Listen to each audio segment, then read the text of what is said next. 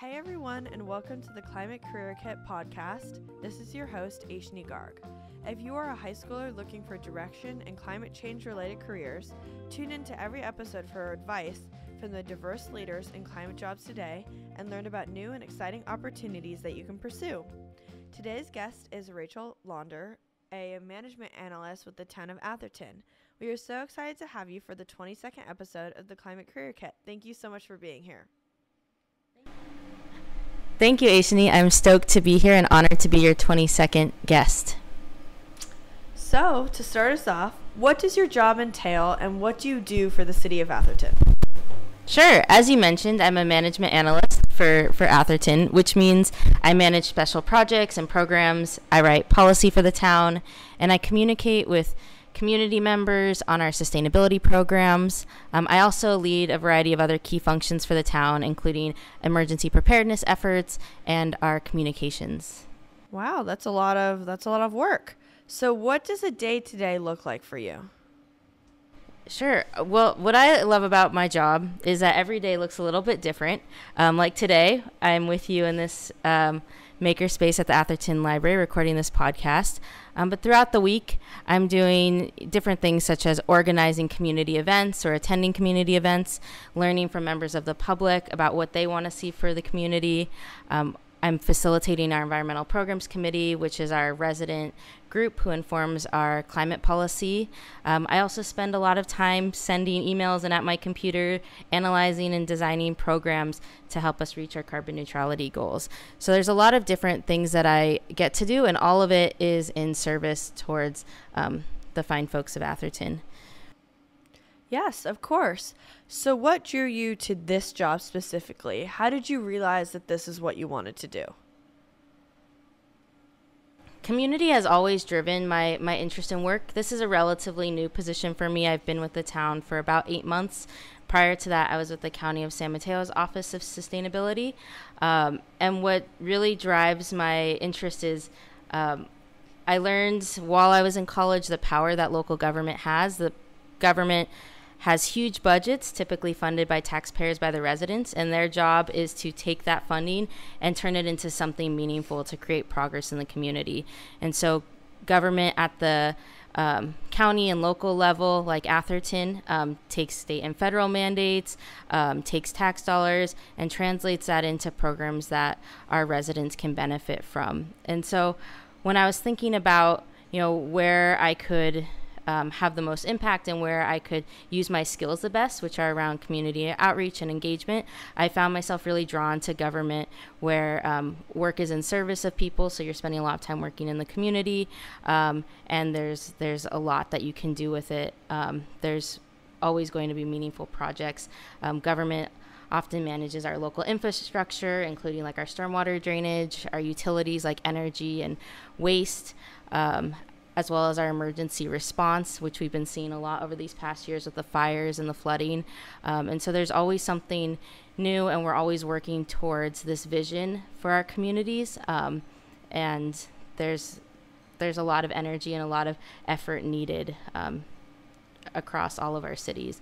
And so I think there's a lot of opportunity here, and that's what made me want to kind of stick with government when I realized, I could start as an intern and grow into all these different roles. And I think government has been a really great opportunity for me. Yes, of course. That makes a ton of sense. So what did you study in school, and how did that lead you to getting this job in this specific field? Yeah, so I went to San Mateo High School. I don't know how far back you want me to go, but I took AP Environmental Science there, and so that's where I got my start and interest and understanding of how we're all connected and how the environment works and how we work within the environment. From there, I went straight to a 4-year university. I went to Cal Poly Humboldt, where I studied environmental policy, and then I also had a minor in Spanish because I was so interested in being able to travel and being able to, communicate with more people in our community here in San Mateo County. In Humboldt, you have this opportunity to, choose whether you're interested more in like policy or environmental restoration or interested in education. And all of those pathways can be applied in government, but I specifically wanted to be able to write policy and like looking at writing climate action plans, which I've been able to do at several jurisdictions.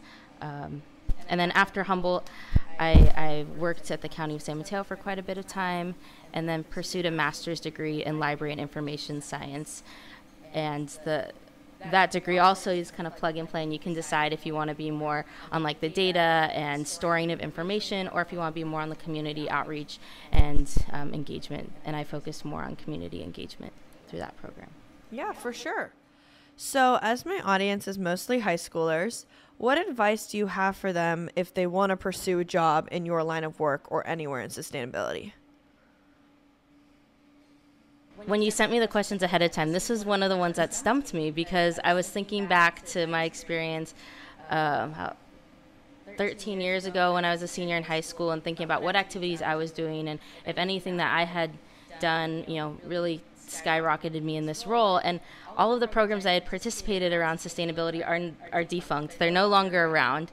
But what I did was I found local community-based organizations and volunteered with them.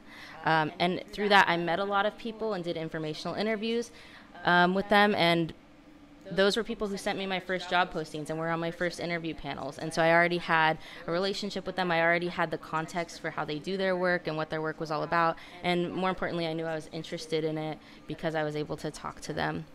Another, I think, great thing that folks can do in high school or after high school is look into the Bay Area Climate Corps group. They provide a stipend, but they match you with different cities and community-based organizations who are working on climate, and you can get that hands-on work with government to see, if working in government is how you want to address climate and how you want to work with it, or if you prefer to work in another sector. Another idea for high school students, if you're interested in pursuing this line of work and you're just trying to get more experience, I would start a project in your community, whether it's at your school or just with your family or friends or a community-based organization or faith group that you're already a part of. If you could, organize like a litter cleanup or a rain barrel installation or something that shows that you can like manage a project from start to finish, that's going to be a really important skill that they look for in government interviews. Being able to manage a project, being able to bring together, a diverse community of stakeholders to actually make some positive impact. And with sustainability, there's so much work that needs to be done that it's pretty easy to find something that will have a positive impact, whether it's just picking up trash, like I said, or organizing a clothing swap, which is maybe more fun. Yes, of course. So you just touched on this, but are there any specific resources or opportunities that you know of currently that high schoolers can take part in who are interested in sustainable careers? Yeah, definitely. So I'll share 3 resources. There's obviously a lot, and your past guests have mentioned them too, but starting with the community library, whatever your public library is. Not only am I just super stoked on libraries because I recently got a degree in that, I think there's a ton of resources from the librarians themselves, being able to ask them to help you search for opportunities or to help you learn more. If you're really interested in renewable energy or something, they can point you in the direction of literature. And they also have cool things like maker spaces where we're recording this podcast. The Atherton Library and all the San Mateo County libraries also have energy audit kits, so you could check that out and do an energy audit at home or in your classroom, and that can be one of the first ways that you get experience and understand how we look at things and how we're managing our facilities, which is another part of government's work in sustainability, is managing our building sector. And so that can be just a really great introduction using those energy audit kits available at libraries. The second resource I'll share is Actera's Student Ambassador Program. And I don't have personal experience with this, but I was just Googling around what would be a good program for someone who's under 18 and where you can engage and take action. And so their website is actera.org. ASAP. And Actera works with a lot of governments, but they're a nonprofit. So it would be a great way to get exposure to what governments do as well as nonprofits.